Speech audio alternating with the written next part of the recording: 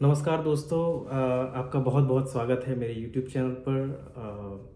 बहुत दिन हो चुके हैं, मैं कहूँगा कि बहुत करीबन काफ़ी महीने हो चुके हैं जब से मैंने वीडियो बनाना जो है मेरा थोड़ा सा कम हो गया, या यूँ कहे कि बिल्कुल ही जो है अभी ब्रेक लग गया था। बिकॉज़ मैं और भी कई चीज़ों में व्यस्त था और काफ़ी हद तक जो है मौका ही नहीं मिल पा रहा था और ना टाइम मिल पा रहा था, और इन चीज़ों पे रिसर्च करना, और ऊपर से जो करंट अफेयर्स में अभी यहाँ पर चल रहा है कनाडा में। और वंस अगेन मैं आपको बता दूं जो नए दर्शक हैं उनके लिए कि मैं कनाडा से हूँ और मैं टोरंटो शहर में रहता हूँ। और जो है ज़्यादातर मेरे जो वीडियोस पहले भी आपने अगर पुराने देखे होंगे तो वो करीब करीब कनाडा के बारे में ही होते हैं कि क्या यहाँ के क्या माहौल है और क्या नया आने वाला है। खास करके स्टूडेंट्स फर्टर्निटी को लेकर ही मैं ज़्यादातर बात करता हूँ। यहाँ के जो नए नीति नियम हैं जो नए लागू होते हैं, यहाँ की जो आर्थिक परिस्थितियाँ हैं उनके बारे में मैं इसके बारे में जो है आपके लिए इन्फॉर्मेशन लेकर आता हूँ। जो भी शॉर्ट इन्फॉर्मेशन है उसी की हम बात कर सकते हैं। बाकी जो इधर उधर की बातें हैं उसमें कहीं पर अनऑफिशियल सोर्सेज से कुछ इन्फॉर्मेशन आ जाती है तो उसका मैं कंफर्मेशन नहीं कर सकता हूँ, क्योंकि मैं बिलीव करता हूँ कि जो सरकारी पोर्टल्स होते हैं या सरकारी न्यूज़पेपर है या जो सरकारी एजेंसीज जो प्रेस कॉन्फ्रेंस के थ्रू ये डिटेल देती है उन्हीं को माना जाए, न कि किसी फेसबुक या इंस्टाग्राम पे चली हुई स्टोरीज़ को या फिर किसी और सोर्सेज को आप ले सकते हो। तो बहुत ही जिम्मेदारी का काम है ये किसी को एक प्रॉपर इन्फॉर्मेशन दे पाना। सो आज बड़ी बड़ी जो इन्फॉर्मेशन पिछले कुछ दिनों में ये काफ़ी लोगों ने सुना भी होगा कि भाई कनाडा ने जो है यहाँ पर इमिग्रेशन पर थोड़ा सा जो है कंट्रोल किया है, स्ट्राइक किया है। खास करके इंटरनेशनल स्टूडेंट्स फर्टर्निटी को सबसे ज़्यादा जो इम्पैक्ट में आए हैं वो स्टूडेंट्स हैं। और ये बिल्कुल सही बात है अब तक की कि 2024 में यहाँ के जो इमिग्रेशन मिनिस्टर है, जो यहाँ के मंत्री हैं, उन्होंने कुछ नए नियम लागू किए और कुछ कैप यानी कि उसके ऊपर उसको सीमित किया कि इतने ही लोग जो है आप एज ए स्टूडेंट वीज़ा पे आ सकते हैं। और ज़्यादातर क्या है कि ये बहुत ही गलत धारणा है कि जो कैप है, सबको ये लगता है, सबको ये बताया गया है, मैं देखता हूँ भारतीय मीडिया में कि लोगों को ये बताया गया है वहाँ पर भारत में कि भाई ये खाली इंडियंस के लिए ये कैप है। ऐसा नहीं है। यहाँ पर कनाडा में करीब करीब आप मान के चलो कि 100 से ज़्यादा देशों से लोग आते हैं स्टूडेंट वीज़ा पर। जैसे हमारे भारत के ही पड़ोसी देश कितने सारे हैं, वहाँ सभी से आते हैं। और जब यहाँ पर मैं लगभग मान के चलो जो मेरी मुलाकात डेली बेसिस पे होती है वो करीबन 40 से 50 कंट्रीज़ के लोगों से तो मैं मिलता हूँ अमूमन। मतलब कहीं ना कहीं मुलाकात हो जाती है मेरी। जहाँ पर मैं वर्क करता हूँ वहाँ पर भी करीबन 15 से 20 देशों के लोग काम करते हैं। तो आप समझ सकते हो कि ऐसा नहीं है कि जो फ्लड आ रहा है स्टूडेंट्स का वो सिर्फ इंडिया से आ रहा है। हाँ, उसमें जो है ज़्यादातर भारतीय होते हैं, लेकिन जैसे मान लो कि 100 में से 50 भारतीय तो 50 और भी दूसरे देशों के स्टूडेंट्स यहाँ पर आते हैं, जो मास्टर्स के लिए आते हैं, जो कॉलेज के लिए आते हैं। तो जो कैपेसिटी की अगर हम पहले बात करें तो जो गवर्नमेंट ने पहली कैपेसिटी जो उन्होंने लगाई है वो इस साल के लिए 3,64,000 की है। यानी कि 3,64,000 स्टडी वीज़ा ही 2024 में इशू किए जाएंगे। जो नए स्टडी वीज़ा है वो खाली 3,64,000 तक ही जो है सरकार इशू करेगी। तो 3,64,000 को बांटेंगे कैसे? यहाँ पर कुल 11 प्रोविंस है, तो 11 प्रोविंस के अंदर जितनी भी कॉलेजेस है उनके बीच में जो है ये आंकड़ा बटेगा। जैसे कुछ प्रोविंस ओंटारियो है जहाँ पर मैं रहता हूँ, कुछ है ब्रिटिश कोलंबिया है, अल्बर्टा है और क्यूबेक है। ये 4 बड़े प्रोविंस है और वहाँ पर जो है ज़्यादातर संख्या 3,64,000 में से आप मान के चलो बड़ा आंकड़ा 3.25 या 3.20 के आसपास इन्हीं 4 प्रोविंस के अंदर बटेगा। और वो क्या कैप है हर एक कॉलेज की वो पता पाना मुश्किल है, लेकिन मैक्सिमम तो इसका 3,64,000 का जो आंकड़ा आया है वो ऐसे ही नहीं आ गया है। वो यहाँ पर नंबर ऑफ सीट्स यहाँ पर बताई गई है। जैसे किसी कॉलेज में मैकेनिकल का कोर्स है या कंप्यूटर इंजीनियरिंग का कोर्स है तो उसके अंदर जैसे अभी क्या था कि 60 70 80 ये इतने ऑफर इशू कर देते थे एक बैच के, एक कोर्स के, एक कॉलेज में। अब ये लोग को लिमिट किया होगा, हो सकता है 30 या 35 या 40 का बैच। तो वहाँ पर करीबन सीटें कम कर दी गई है। प्रोग्राम्स या कोर्सेज वही है लेकिन सीटें कम कर दी गई है। तो और यहाँ पर ये भी रिस्ट्रक्चर हो रहा है कि जो जो कोर्सेज में फ़ीस ज़्यादा है उन्हीं को ये लोग जो है उन्हीं की सीट्स जो है रखेंगे। बाकी जो जो इतने पॉपुलर कोर्स नहीं है या जो ऐसे कोर्स है जो कि बहुत कम पैसे वाले हैं या कम फीस वाले हैं उनमें जो है ये करीब करीब बंद भी कर सकते हैं उन कोर्स को, क्योंकि उनका मेजर फोकस जो है जहाँ से फंड आ रही है, राइट। तो ये कॉलेज और यूनिवर्सिटीज़ को सोचना है कि वो कैसे मैनेज करेंगे, लेकिन ऐसा कोई अभी निर्धारित कैप इनके पास भी नहीं है। तो अभी असमंजस की स्थिति तो है यहाँ पर। अब उनका क्या स्ट्रक्चर है बिहाइंड द सीन, ये बता पाना मुश्किल है, लेकिन मोटा मोटा ये कह सकते हैं कि 3,64,000 लोगों को ही स्टूडेंट वीज़ा इस साल मिल सकता है। इससे हो सकता है 5 या 5-10 इधर उधर हो जाए आंकड़ा, लेकिन 3,64,000 है तो 3,63,000 भी हो सकता है, 3,60,000 भी हो सकता है, और ज़्यादा 3,65,000 भी हो सकता है।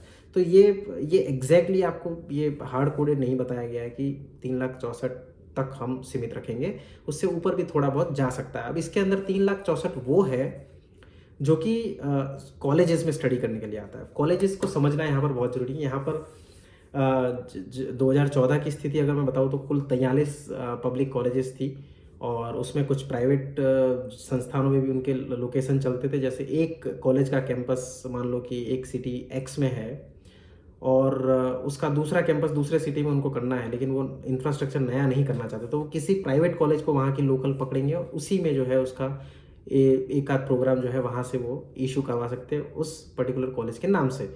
सो वो अब ख़त्म हो चुका है। वो ये है कि टोटल जितने भी DLI यानी कि डेजिग्नेटेड लर्निंग इंस्टीट्यूशन है, जो कि जिनका जो मान्यता प्राप्त संस्थान है जो पढ़ाने के लिए यहाँ पर जिनको परमिशन दिया जाता है, DLI इंस्टीट्यूशन, खाली उन्हीं का ये कैप है कि 3,64,000 लोगों को ही वो स्टडी वीज़ा देंगे इन कॉलेजेस के अंदर।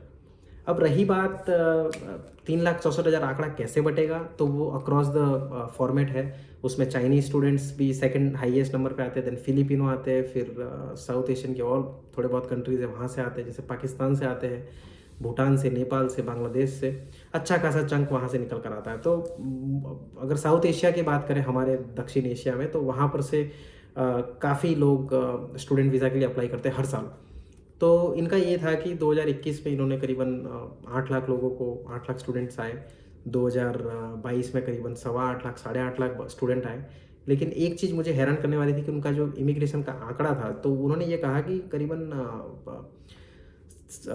3.25-4 लाख इन्होंने स्टूडेंट वीज़ा इश्यू किए पास्ट ईयर्स में ऑन एवरेज ईयरली। तो वो जो 8 लाख या 8.5 लाख स्टूडेंट्स यहाँ पर बताया गया है इमिग्रेशन के आंकड़ों में कि इतने आए हैं, वो कहीं ना कहीं जस्टिफाई नहीं कर पा रहा। हो सकता है वो किसी और, जैसे दिसंबर इंटेक का है या सितंबर इंटेक का है वो अगर, या दिसंबर का है वो अगर जनवरी में यहाँ पर लैंड कर रहा है, या तो उसको शायद उसकी गिनती यहाँ पर इन्होंने कर दी है अगले साल के अंदर। हो सकता है उस वजह से ये जो एंट्री का डेटा है वो आगे पीछे है, लेकिन ये बहुत बड़ा नंबर है जो कि फ्लिप हो रहा है। लेकिन फ़िलहाल के लिए ये मान के चले, अगर आपका बच्चा 12वीं में है और आप उसको कनाडा भेजना चाहते हो, तो आप 3,64,000 की कैप में आएंगे। मैक्सिमम 3,64,000 लोगों को, अधिकतम से अधिकतम 3,64,000 लोगों को ही ये स्टूडेंट वीज़ा मिलेगा इस साल, जो पब्लिक कॉलेज में पढ़ने के लिए आ रहे हैं। रही बात यूनिवर्सिटीज़ के मास्टर्स प्रोग्राम की, उनके लिए कोई कैप नहीं है। फॉर एग्जांपल, अगर आप किसी यूनिवर्सिटीज़ में यहाँ पर एडमिशन लेते हैं, किसी मास्टर प्रोग्राम में एडमिशन लेते हैं, किसी डॉक्टरल प्रोग्राम में एडमिशन लेते हैं, किसी रिसर्च विषय पर एडमिशन लेकर आते हैं, तो उनके लिए कोई कैपेसिटी नहीं है। उनको जो है और सहूलियतें दी जाती है। जैसे पहले इनको जो है 2 साल का अगर उनका प्रोग्राम है तो 2 साल की ही वर्क परमिट दी जाती थी, यानी कि स्टडी के बाद जो काम करने का पीरियड मिलता था उनको, वर्क परमिट, वो खाली 2 साल की थी। अब वो करा के 3 साल की उन्होंने कर दी। तो 1 साल उनको जो है मास्टर्स जो यूनिवर्सिटी से पास आउट होते हैं उनको 1 साल एक्स्ट्रा जो है मिल गया है। और यहाँ पर एवरेज यूनिवर्सिटी की फ़ीस अगर आप मैं कहूँ तो 30 से 35,000 डॉलर एक सेमेस्टर की है, यानी कि भारतीय करेंसी के हिसाब से हम रुपये में देखें तो करीब करीब 22 लाख रुपए 1 साल की फ़ीस होती है। और अगर अंडर ग्रेजुएट प्रोग्राम है वो 4 साल का होता है। आप लगाइए उसके हिसाब से, अगर 4 साल आपका बच्चा 30,000 डॉलर हर साल भर रहा है, तो 4 साल में उसका खर्चा ही जो है 1,20,000 डॉलर खाली फ़ीस का आएगा। और हर साल उसका 10 से 12,000 डॉलर ऑन एवरेज खर्चा आज के टाइम के हिसाब से, या उससे भी ज़्यादा हो सकता है, डिपेंड कि अभी इन्फ्लेशन कितना है। अभी यहाँ पर महंगाई बहुत है, यहाँ पर रेंट बहुत बढ़े हुए हैं। तो मैं अगर मेरे सिनारियो से देखूँ तो करीबन 15,000 डॉलर एक स्टूडेंट्स को यहाँ पर सर्वाइव करने के लिए चाहिए आज की तारीख में, क्योंकि 600 से 700 डॉलर तो उसका खाली रहने खाने का हो जाता है। खाने पीने का अलग होता है। तो कुल मिलाकर 800 से 1000 के बीच में तो वो उसी में निकाल लेता है। फिर ऊपर से और कॉलेज के खर्चे, बस का पास और बहुत सारी ऐसी चीज़ें होती है, और कुछ एक्स्ट्रा खर्चे भी आप मान के चले, बफर। तो मैं मानता हूँ $15,000 जो है हर साल एक स्टूडेंट का खर्चा होता है, अगर वो यूनिवर्सिटी के लिए आता है इस कैप को बीट करने के लिए। तो उनके लिए मोटा मोटा 1,20,000 और 60 1,80,000 का पूरा पैकेज पड़ता है 4 साल का। यानी मोटा मोटा आप लगाइए 1,10,00,000 रुपये जो है 4 साल में एक अंडर ग्रेजुएट जो कि बैचलर डिग्री करने के लिए बच्चा आता है 12वीं के बाद। दूसरा केस है मास्टर डिग्री का, तो मास्टर डिग्री के अंदर भी सेम ही है, 30 से 40,000 की फीस है। कुछ ये प्रोग्राम बाय प्रोग्राम, जो 30,000 का आंकड़ा मैं कह रहा हूँ वो एवरेज मैंने निकाला है, एग्रीगेट निकाला है, एक मीडियन निकाल के मैंने आपको बताया। बाकी इसकी कोर्स बाय कोर्स जो है फीस अलग होती है। जैसे किसी ऐसे कोर्स में चले, एरोस्पेस में आप चले गए तो एरोस्पेस में हो सकता है कि आपकी 70-80,000 जो है एक साल की फीस हो, और कंप्यूटर साइंस में अगर आप हो तो वहाँ पर 50-55,000 की फीस हो। साइकोलॉजी में अगर आप हो तो 50-60,000 की फीस है। मेडिकल फील्ड में आप हो तो उसकी तो और भी ज़्यादा फीस है।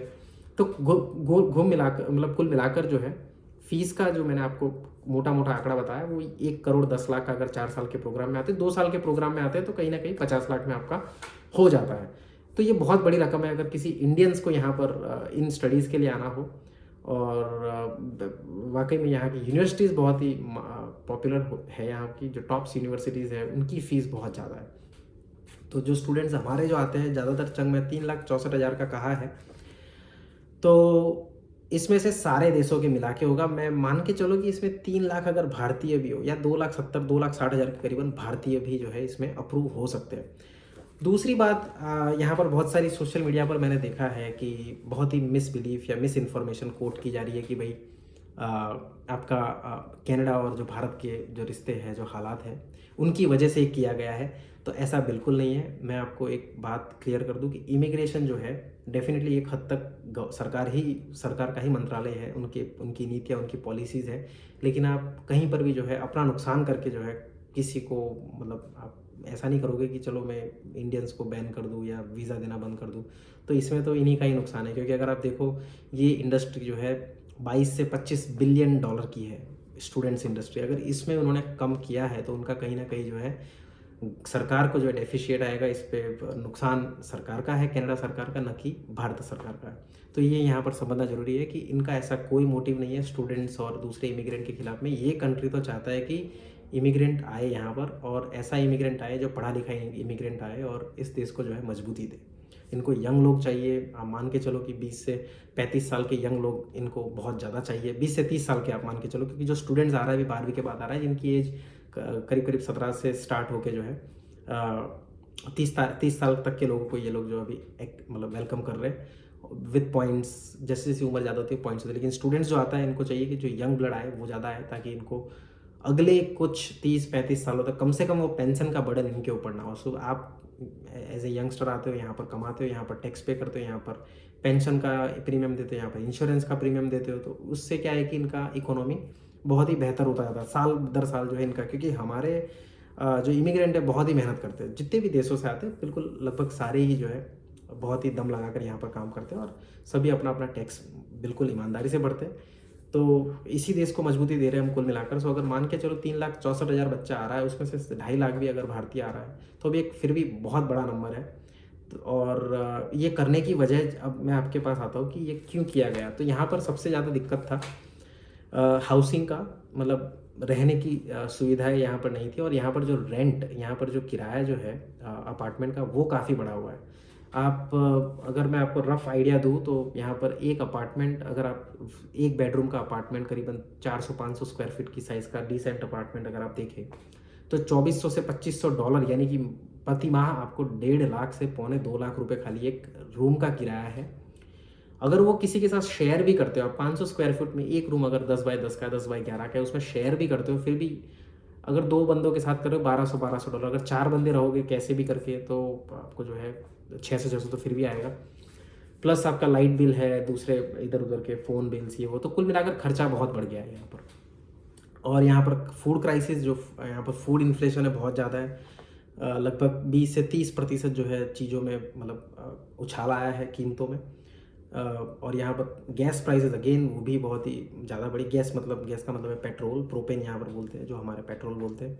तो उसका प्राइस भी बहुत ही स्पाइक हुआ है। जो 70-80 सेंट या 90 सेंट हुआ करता था 2014-2015 में, वो आज $1.40 के करीब करीब है। तो करीबन 60 सेंट का जो है इस पे इजाफा हुआ है, यानी 36 से 40 रुपये पिछले 9 सालों में बढ़ोतरी हुई है। और पिछले 2-3 सालों में पोस्ट कोविड जो है और दिक्कत आ चुकी है, क्योंकि इस पेस से इमिग्रेशन हुआ है। मतलब 2014 का अगर मैं आंकड़ा आपको बताऊं तो यहाँ पर करीब करीब 3.5 करोड़ की आबादी थी। आज यहाँ पर 4 करोड़ 10 लाख की आबादी है कनाडा में। आज की तारीख में ये पॉपुलेशन, यानी 60 लाख लोग जो है पिछले 5 साल में यहाँ पर परमानेंट हुए हैं। और उसके बाद जो अस्थाई जो है प्रवासी है, जैसे नॉन इमिग्रेंट आप कह सकते हो, जिसमें आप स्टूडेंट्स को गिन सकते हो, जिसमें आप विजिटर वीज़ा होल्डर्स को गिन सकते हो, उनकी गिनती भी करीब करीब 25 से 30 लाख लोगों की है आज की तारीख में। तो ये जो बफर हुआ है अचानक से 9 साल में 80-90 लाख लोग जो आए हैं, तो उनको अकोमोडेट करना, और उसमें से 70% जनता जो है यहाँ पर मतलब टोरंटो एरिया जो मेन आर्थिक राजधानी है वहीं पर आ रहे हैं। तो यहाँ पर नया कुछ विकास में आपको देखने को नहीं मिलेगा। इतना इंफ्रास्ट्रक्चर इतना फास्ट फॉरवर्ड नहीं है कि आपको जो है सबको अकोमोडेट कर दिया जाए। यहाँ का गवर्नमेंट का टारगेट जो था कि अगले 6-7 सालों में आपका जो है 15 लाख घर बनेंगे यहाँ पर, लेकिन यहाँ पर तो हर साल जो है 10-10 लाख 15-15 लाख लोग आ रहे थे। उनका जो इंटेक था बहुत ही हैवी था। उसके अगेंस्ट में अगले 7 साल का ही सिनारियो देख लो, इसी तरह से अगर नंबर आता रहा तो फिर उनको 15 लाख घर तो वैसे ही कम पड़ेंगे, क्योंकि 2030 तक शायद वो रेडी हो। तो कुल मिलाकर यहाँ पर कहीं ना कहीं जो है सरकार बहुत ही पिछड़ी है। नया कोई ऐसा प्लान एग्जीक्यूट नहीं था इंफ्रास्ट्रक्चर के बारे में। और ऊपर से रेफ्यूजीज़ को यहाँ पर अकोमोडेट किया गया अच्छे खासे नंबर में हर एक देश से। जैसे अभी फ़िलिस्तीन और इजराइल का चल रहा है तो वहाँ से रेफ्यूजीज़ आए, सीरिया का चला तो सीरिया से आए, अफ़गानिस्तान से आए, और भी जहाँ जहाँ ऐसी दिक्कतें होती है, सूडान से आए थे। तो बहुत सारे ऐसे कंट्रीज से वहाँ से ये लोग रेफ्यूजी भी लाते हैं। जो ट्रीटी है इनकी, जो संधि इनकी है दूसरे देशों के साथ, तो इनको ये जो है सर्व करना पड़ता है। तो इस वजह से हाउसिंग क्राइसिस यहाँ पर बहुत बड़ा हुआ। और उस वजह से यहाँ पर सबसे ज़्यादा दिक्कत ये हुई कि जो है स्टूडेंट जो कम्युनिटी है, एक तो मार्केट में नौकरियाँ नहीं है। फॉर एग्जांपल इतना स्टूडेंट्स आ रहा है और नौकरी के नाम पर एक रत्ती भर भी नौकरी यहाँ पर नहीं है। तो आज की तारीख में ये हाल है कि अगर किसी स्टूडेंट्स को नौकरी चाहिए तो करीब करीब उसको 4 से 5 महीना मिनिमम जो है वो वेट करता है। या कोशिश करने में तो ये है कि आप डेली बेसिस कोशिश करते हो, लेकिन जवाब बहुत ही कम जगहों से आता है। और जो भी आता है वो लेबर क्लास, इवन पहले लेबर क्लास का जॉब मिलता था। अब पिछले कुछ महीनों में, मैं कहूँगा पिछले 7-8 महीने से मैंने ये कल्चर देखा है कि अब तो लेबर क्लास में भी नौकरियाँ नहीं है। अगर मैं मेरा खुद का ही एग्जांपल दूँ तो जहाँ पर मैं हूँ वहाँ पर भी उन्होंने लेबर कट किया है, काफ़ी हद तक कट किया है। यहाँ पर मीडिया हाउसेज है जिन्होंने ले ऑफ दिया है। ले ऑफ मतलब उनको नौकरी से जो है मतलब नौकरी से फारुक कर दिया, क्योंकि अब ज़रूरत नहीं है, अब कॉस्ट कटिंग करना है। कुछ यूनिट्स बंद हो चुके हैं, काफ़ी बिजनेसेस जो है उनको शट ऑफ करना पड़ा बिकॉज ऑफ हाई इन्फ्लेशन। महंगाई का दर इतना ज़्यादा है, उस वजह से जो नियंत्रण लाना चाहिए वो नहीं ला पाई यहाँ पर सरकार। तो उस हिसाब से भाई इन्होंने जो है गणित लगाकर जो है इनको कर्व करने का कोशिश किया कि कैसे आप जो है इनको रोक सके। तो इन्होंने सबसे पहला काम ये किया कि स्टूडेंट्स जो इंटरनेशनल स्टूडेंट आ रहा है उसको 35 से 40% सालाना कम किया जाए, ताकि उस स्थिति तक हम ना पहुँचे, उस खराब स्थिति होने तक हम वेट ना करें। तो इसी साल से इन्होंने अप्रूव किया और ये फ़िलहाल 2 साल के लिए है। यानी जो 3,64,000 का जो लिमिट है स्टूडेंट वीज़ा पे, वो खाली 2 साल यानी 2024 और 2025 के लिए है। और 2024 के अंत में इसको फिर से जो है मूल्यांकन किया जाएगा कि भाई ये 2025 में उनको कितना कैप करना है। अगर कम भी कर सकते हैं, ज़्यादा भी कर सकते हैं, ये माना जा रहा है। क्योंकि जिस हिसाब से आर्थिक स्थिति रहेगी तो मुझे मोटा मोटा ये लग रहा है कि अक्टूबर-नवंबर में ये और आ जाए कि भाई कैप बढ़ाकर 5 लाख कर दी गई है या 6 लाख, या फिर कैप बिल्कुल हटा दी गई है। क्योंकि साफ कहा है उन्होंने कि ये टेम्प्रेरी, और वो भी मानते हैं कि ये 22 से 26 बिलियन डॉलर का इंडस्ट्री है स्टूडेंट्स का। तो वो कोई भी जो है इतना पैसा जाया नहीं करेगा या कोई भी इस अपॉर्चुनिटी को जाने नहीं देगा। तो अभी के लिए ज़्यादा पैनिक करने की ज़रूरत नहीं है। जिन्होंने अप्लाई कर रखा है, जिन्होंने वीज़ा के लिए अप्लाई, मतलब जिनकी जो फाइल में प्रोसेस कर रहे थे, जिन्होंने आईएलटीएस के एग्ज़ाम दिए थे, तो उन लोग को निराश होने की ज़रूरत नहीं है। उनको डेफिनेटली जो है वो कोशिश कर सकते हैं। ये अब एक लॉटरी टाइप हो गया कि इनको 3,64,000 तक ही देना, तो वहाँ तक लेके फिर स्टॉप कर देंगे एप्लीकेशन लेना। तो ये हो सकता है। और या फिर जो ऐसे है कि मतलब हर 10 में से 2 एप्लीकेशन ही अप्रूव होगी या 8 रिजेक्ट होगी। अब ये इमिग्रेशन सिस्टम किस तरह से फंक्शन करता है वो उसके ऊपर है, लेकिन इनको फिट करना है 364 365 के अंदर। तो ये तो फैक्ट है। दूसरा इन्होंने नियम लाया कि सितंबर से है, अभी से नहीं है वो, कि भाई सितंबर से, जो 1 सितंबर से जो भी यहाँ पर कनाडा में नए इमिग्रेंट आएंगे एज ए स्टूडेंट हो, तो उनके लिए ये होगा कि अगर उनके डिपेंडेंट मतलब होते हैं कि इनके पति, जैसे पति आया तो पत्नी अभी आना बाकी है, या पत्नी आ गई पहले स्टूडेंट्स पे, अब पति आना बाकी है, तो उनके लिए ये नया कानून आया है कि अगर स्टूडेंट वीज़ा पे एक अभ्यर्थी आता है तो उसके उसके डिपेंडेंट के तौर पर, या उसकी पत्नी आती है तो उसकी पत्नी यहाँ पर आने पर जो है उसको वर्क परमिट नहीं दिया जाएगा। पहले ये था कि अगर मैं शादीशुदा हूँ, मैं यहाँ पर स्टूडेंट वीज़ा पे आया हूँ और मेरी पत्नी 6 महीने बाद आती है या मेरे बाद में आती है, तो उसको जो है यहाँ पर काम करने की परमिशन मिल जाती थी कि आप वो जो है फुल टाइम काम कर सकती है। लेकिन अब जो 1 सितंबर से आएगा, उसके डिपेंडेंट को, उस कैंडिडेट के डिपेंडेंट को यहाँ पर काम करने की आज़ादी नहीं होगी, उसको वर्क परमिट इशू नहीं किया जाएगा। इसका एकमात्र कारण ये है कि यहाँ पर जॉब्स मार्केट अभी अनस्टेबल है, यहाँ पर जॉब्स नहीं है। इस वजह से ये लोग नहीं चाहते कि एक ही परिवार में जो है पति पत्नी दोनों को काम मिले। इससे बेटर है कि 2 अलग अलग परिवारों में एक एक बंदे को काम मिले, ताकि दोनों का जो है गुजारा हो जाए। तो ये इसके बिहाइंड द सीन ये इनका सोच है, और मुझे कहीं कहीं हद तक लगता है कि ठीक भी है। वैसे दूसरी और चीज़ें भी हो सकती थी इन चीज़ों के अलावा, लेकिन खैर यही है। और ये चीज़ें जो है आपको कैश में जॉब करने पे बढ़ावा देती है कि चलो भाई वर्क परमिट नहीं है, कोई नहीं, हम 2 नंबर में काम कर लेंगे, कम पैसों में तो कम पैसों में। तो ये फिर इन चीज़ों को बढ़ावा देती है इस तरह के नियम। तो मैं, अगर मुझे पूछे तो ठीक है, अभी सरकार ने तो ये नियम बनाए हैं, लेकिन अब तो हमें तो मानना ही मानना है, जो भी आएगा उसके ऊपर ये लागू होगा।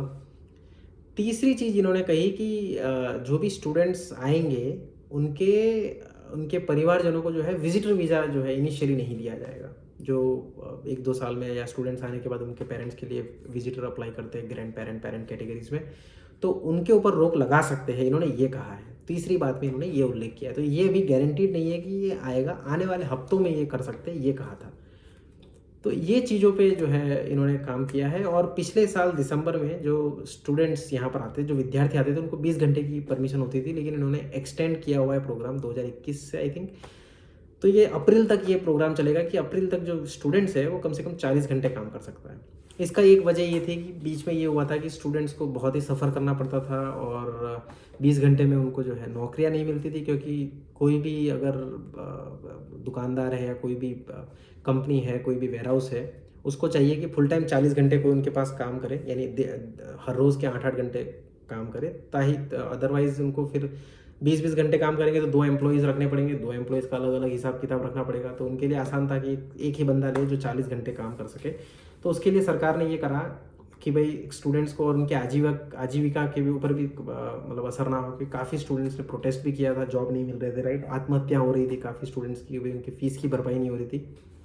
तो इन्होंने जो है 40 घंटे का उन्होंने अनुमति दी, और लोग कर भी रहे हैं, अगस्त अप्रैल तक खैर काम कर रहे हैं। इससे दूसरा एक निकल कर ये आया है, इससे इसका आउटकम ये आया है कि 40 घंटे स्टूडेंट्स को परमिशन देने से काफ़ी जगहों पर ऐसा हुआ कि काफ़ी स्टूडेंट्स को नौकरियाँ ही नहीं मिली। क्योंकि अगर 20 घंटे होता तो 2 अलग अलग लोगों को 20-20 घंटे मिल जाता, तो उनका भी दोनों का घर चलता। अभी क्या हो रहा है कि एक ही बंदा जो है 40 घंटे कर रहा है, तो दूसरे को अभी जगह नहीं बन रही।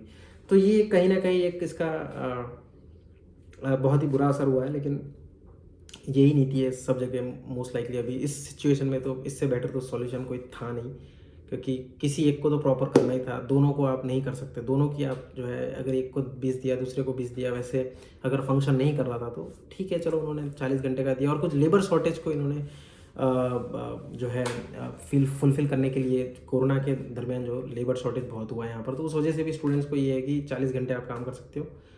तो एक बड़ा इस पर पुश मिल गया स्टूडेंट्स को, और स्टूडेंट्स वर वेरी हैप्पी कि भाई ये डिसीजन लिया गया। और चौथी बात जो है इन्होंने रिसेंटली इंट्रोड्यूस की कि जनवरी से जो मतलब इस साल से जो भी अप्लाई करेंगे स्टूडेंट वीज़ा के लिए कनाडा में, तो उनके लिए ये होगा कि GIC जो मतलब गारंटेड इनकम सर्टिफिकेट, उनको $20,750 का उनको ख़रीदना पड़ेगा। और GIC मतलब अगर मैं आपको समझाऊँ एक सीधी सादी टर्म में, तो एक तरह का फिक्स डिपॉजिट होता है, जो कि मंथली बेसिस आपको जो है उसका पैसा उसमें से मिलता है, जिसकी गारंटेड इनकम काइंड ऑफ उसका सर्टिफिकेट है, जिसपे ये है कि आपका 20,750 हमने लिया 2 साल के लिए, आपको उसमें से जो है 20,750 में से 2,000 तो जैसे ही वो स्टूडेंट यहाँ पर आया, बैंक में गया, उसको $2,000 उसको बैंक ने वापस दे दिया। उसके बाद में 18,750 है, उसको डिवाइडेड बाय आप करोगे 12, यानी कि आप 18,750 डिवाइडेड बाय 12 आप करोगे तो मोटा मोटा आप लगा के चलो कि $1,500 आपको, सॉरी 1500, सॉरी 24, तो $750 जो है हर महीने, यानी 672 पौने $700 के करीब जो है हर महीने आपको ये पैसा मिलेगा। पौने $700 जो है हर महीने आपको मिलेगा। पहली बार 2000 और बाकी के 19 महीने जो है आपको 700 के हिसाब से आपको जो है पूरा जो भी आपने 20,750 आप इंडिया से भर के आए हैं वो वापस मिल जाएगा। वो इसलिए किया गया क्योंकि यहाँ पर बहुत सारे इश्यूज आए कि स्टूडेंट्स को जॉब नहीं थी, काफ़ी स्टूडेंट्स स्ट्रगल कर रहे थे, काफ़ी स्टूडेंट ब्रिज के नीचे सो रहे थे क्योंकि पैसा नहीं था, किराया नहीं भर सकते थे, उनकी फ़ीस में दिक्कत आती थी। तो उस वजह से सरकार ने ये नियम लाया कि भाई उनको अब जो है 2 साल का खर्चा उनका इंडिया से ही लेके आना है, जहाँ से भी वो आ रहे हैं वहीं से उनको जो है उनकी व्यवस्था करनी है एडवांस में, और इसी बेस पे जो है वीज़ा अप्रूव होगा। तो इन चीज़ों में बदलाव किया और वाकई में ये जो है इससे हुआ क्या कि मैं देख रहा हूँ नंबर्स की करीबन 40 से 45% अर्जियाँ जो है कम हो चुकी है, जस्ट बिकॉज ये 20,750 का जो उन्होंने GIC लाया है उस वजह से। तो अभी जो ट्रैफिक है वो डेटा ये कहता है कि जो इंडिया से ज़्यादातर स्टूडेंट्स आते थे वो यूनाइटेड किंगडम और अमेरिका की तरफ जा रहे हैं, ज़्यादा ऑस्ट्रेलिया की तरफ जा रहे हैं, दूसरे कंट्रीज इन स्टूडेंट्स को जो है रेडी है लेने के लिए। वहाँ पर ऐसी इतनी कोई हार्श रिक्वायरमेंट है नहीं। तो इतने 4-5 जो है नए नए पॉइंट्स आए थे। और इसके बाद इमिग्रेशन सिस्टम में परमानेंट रेसिडेंसी में ऐसा कोई बड़ा बदलाव अभी देखने को नहीं मिला है। हाँ, लेकिन अभी जो इनविटेशन आ रहे हैं जो PR के लिए जो उनको बुलाया जा रहा है कि आप फाइल रखें, तो वो बहुत ही कम मात्रा में आ रहे हैं क्योंकि कट ऑफ का जो स्कोर है वो बहुत ज़्यादा है। अभी करीबन लास्ट टाइम मैंने देखा 570-560 के करीब था, उससे पहले 600 से ऊपर था, कभी 1000 पहुंच जाता था। तो कुल मिलाकर वहाँ पर भी नंबर्स ये कहते हैं कि पिछले साल से इस बार कम रहा है। पिछले साल जनवरी को देखो, इस साल जनवरी को देखो, बहुत ही कम इन्वाइट हुए हैं। तो आगे आने वाले महीनों में भी यही तरह के ड्रॉ आपको देखने को मिलेंगे। बहुत कम लोगों को जो है PR के चांसेस अब मिल सकते हैं यहाँ पर, क्योंकि इनके क्राइटेरियाज थोड़ा सा स्ट्रिक्ट किया, टाइटन किया सिचुएशन ताकि इमिग्रेशन कंट्रोल में आए। तो ये नई चीज़ें लाए थे। और छठी चीज़ मुझे याद आ रही है कि जो स्टूडेंट्स प्राइवेट कॉलेजेस में यहाँ पर स्टडी करते हैं, जो स्टूडेंट प्राइवेट और पब्लिक दो तरह की कॉलेज है। प्राइवेट कॉलेजेस वो है जो कि इंडिपेंडेंटली ऑपरेट करती है, जहाँ पर गवर्नमेंट की कोई फंड उनको नहीं मिलती है, गवर्नमेंट ऑथोराइज तो है लेकिन गवर्नमेंट का किसी तरह से कोई कंट्रोल नहीं है। तो उन कॉलेजेस में अगर आप वीज़ा लेकर आ रहे हो इंडिया में, अगर आपको एजेंट कोई कहता है कि चलो मैं आपको 5 बैंड या 5.5 या 4 बैंड पे या बिना बैंड के कनाडा का स्टूडेंट वीज़ा करवाता हो, तो मान के चलो कि वो इस तरह की प्राइवेट कॉलेजेस में ही आपका एडमिशन करवाएंगे। लेकिन अब जो है थोड़ा सा आप बिवेयर होके चले, क्योंकि अब वो प्राइवेट कॉलेजेस का जो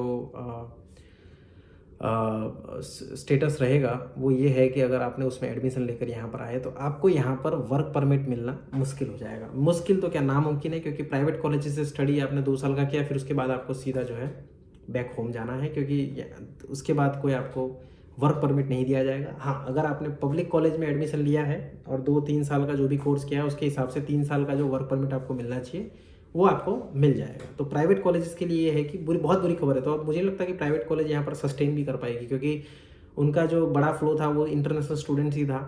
तो अब कहीं ना कहीं जो है गवर्नमेंट ने उन प्राइवेट कॉलेजेस के ऊपर भी जो है थोड़ा सा रेस्ट्रिक्शन लाया है, क्योंकि पास्ट में ऐसा माना गया कि कई इन्होंने ऑफर लेटर इश्यू कर दिए, जहाँ पर जैसे एक कॉलेज का मैं सुनता हूँ कि 1000-2,000 ऑफर लेटर खाली एक ही कोर्स के इश्यू कर दिए। और जो है यहाँ पर आकर स्टूडेंट्स को जो है ये लोग बोलते हैं कि कॉलेज आपका जो है 6 महीने बाद होगा, 4 महीने बाद होगा, कोई डिग्री नहीं, कोई एग्ज़ाम नहीं, कुछ नहीं। तो इस तरह की फर्जीवाड़े को रोकने के लिए जो है सरकार ने ये फैसला लिया कि अब अगर आप प्राइवेट कॉलेज में आए तो आपको कोई वर्क परमिट नहीं दिया जाएगा। और प्राइवेट कॉलेज का एक चीज़ यहाँ पर ये बाहर आया कि प्राइवेट कॉलेज सिर्फ आपको एडमिशन देने तक की ही रिस्पॉन्सिबिलिटी लेता है। उसके बाद यहाँ पर आकर आपको कॉलेज जाओ ना जाओ कोई आपको पहले रोक टोक नहीं था, आप आओ ना आओ, जॉब करो, कुछ भी करो। अब सरकार ने ये देखा कि ये तो जो है सभी तरह से इम्पैक्ट कर रहा है, ये लोग पैसा भी ले रहे हैं, ऐंठ रहे हैं लोगों से अच्छे खासे, और पढ़ाई भी नहीं करा रहे, जस्ट ये है कि सर्टिफिकेट बांटते घूम रहे हैं। और जो अल्टीमेटली ये अफेक्ट जो है, ये फ्रॉड जो है स्टूडेंट्स को ही भुगतना पड़ता है। तो काफ़ी ऐसे मामले आए, उस बिना पर जो है ये फैसला लिया गया कि अब प्राइवेट कॉलेजेस में अगर आप स्टडी करोगे तो आपको वर्क परमिट नहीं दिया जाएगा। आपको वर्क परमिट तभी मिलेगा या तो आपने किसी पब्लिक फंडेड कॉलेज से ग्रेजुएशन या पोस्ट ग्रेजुएशन किया होगा, या फिर यूनिवर्सिटी से, मानक यूनिवर्सिटी से आपने किया होगा। तो ये 6-7 बड़ी अपडेट्स थी, मुझे लगा कि आप लोग के साथ शेयर करनी चाहिए, तो इसीलिए मैं ये अपडेट लेकर आया हूँ। और एक चीज़ आखिर में मैं बता देता हूँ कि अभी जो यहाँ पर वेटिंग टाइम है जो परमानेंट रेसिडेंसी का, वो कम से कम आप मान के चले 8 से 9 महीने का है। अगर आपने डायरेक्ट पीआर अप्लाई किया है भारत से या किसी और अन्य देश से, तो ये मान के चले कि कम से कम 8 से 12 महीने का मिनिमम वेट टाइम है, क्योंकि बहुत सारी अर्जियाँ जो है पूल में, और ये अब थोड़ा सा कॉशियसली जो है धीरे धीरे करके जो है ये लोग मूव कर रहे हैं उन एप्लीकेशंस के ऊपर। ऐसा नहीं कि अंधाधुंध सबको अप्रूव कर दिया, अब ये टाइम लेकर उनका प्रॉपरली चेक कर कर ही जो है कर रहे हैं। और दूसरी रही बात विजिटर वीज़ाज़ की, तो 15 से 20 दिन के अंदर जो है, अगर आपको विजिटर वीज़ा पे यहाँ पर किसी को बुलाना है तो 15 से 20 दिन के अंदर वीज़ा अभी आज के दिन में आ जाता है। पहले के टाइम में मुश्किल था, लेकिन अब उसकी परिस्थिति जो है सामान्य हो गई है। और इसके अलावा यहाँ की जॉब मार्केट का मैंने आपको बता ही दिया है कि अभी क्राइसिस है, और यहाँ पर चूँकि इंटरेस्ट रेट सभी जगह पर बढ़े हुए हैं, यहाँ पर भी बढ़े हैं। पिछले 2 मंथ से यहाँ पर इंटरेस्ट रेट काबू में है, लेकिन उस वजह से जो है महंगाई देख लो आप, अर्थतंत्र मतलब कुल मिलाकर जो है ब्रोकन है आज की तारीख में। हेल्थ सिस्टम के ऊपर सबसे ज़्यादा क्राइसिस है, क्योंकि पिछले रिपोर्ट्स में ये आया कि मतलब 30 लाख सर्जरीज़ यहाँ पर कनाडा में आज की तारीख में वेटिंग में है। मतलब 30 लाख सर्जरी होनी है, लोग ऐसे मतलब जिनको सर्जरी करानी है छोटी बड़ी जो भी, उनको अपॉइंटमेंट दिया जाता है कि इस दिन को आपकी होगी, तो वो अभी 30 लाख लोग जो है अभी बेंच पे है, वेटिंग में है उनका नंबर आने के लिए। तो उसमें गंभीर बीमारी भी हो सकती है, उसमें सामान्य बीमारी भी हो सकती है। तो ये एक बड़ा चिंता का विषय है। नॉर्मल वेटिंग टाइम भी आपका 11 से 12 घंटे है। किसी भी अस्पताल में आप चले जाओ, इमरजेंसीज डिपार्टमेंट में चले जाओ, वहाँ पर 11 से 12 घंटे का मिनिमम आपको जो है वेट टाइम है यहाँ पर। जहाँ पर मैं हूँ एटलीस्ट मैं वहाँ का आपको कह सकता हूँ। तो आप दूसरे जगहों का हालात देख ही सकते हो, क्योंकि यहाँ पर पॉपुलेशन ज़्यादा है और उसके कंपेयर टू यहाँ पर डॉक्टर्स एंड इंफ्रास्ट्रक्चर उतना कम है, क्योंकि उसके लिए कभी रेडी नहीं थे इतना सारा इमिग्रेशन होने के कारण। तो ये मोटा मोटा अपडेट्स है। और अगर आपको मेरा वीडियो अच्छा लगा हो तो इसको लाइक करें, शेयर करें और सब्सक्राइब करें। अगले वीडियो में इसी तरह से कोई अच्छा सा कंटेंट मैं आपके लिए लेकर आऊँगा। और आप मुझे जो है आप टेक्स्ट कर सकते हो, आप मुझे कमेंट में टेक्स्ट करके आप बता सकते हो कि आपको किस विषय पर आपको जानकारी चाहिए कनाडा के बारे में। और आने वाले दिनों में कुछ और मुखर टॉपिक्स पर जो है मैं वीडियोस लेकर आने वाला हूँ। वो इमिग्रेशंस और कनाडा से अलग हटकर हमारे खाली भारत के ऊपर होंगे, जो कि भारत की जो पॉलिटिक्स है उसके सराउंडिंग होंगे। भारत की जो प्रोविंसेस है, भारत के जो स्टेट्स हैं, उनमें क्या स्थिति है क्या नहीं है, उनमें यहाँ की और वहाँ की पॉलिसीज़ में क्या फ़र्क है, यहाँ की और वहाँ की पॉलिटिक्स में क्या फ़र्क है, कितना फ़र्क है, जाहिर सी बात है उसके ऊपर हम उसके लिए अलग से एक इन्फॉर्मेटरी वीडियो लेकर आएंगे। सो तब तक के लिए मुझे आप इजाज़त दीजिए। Thank you.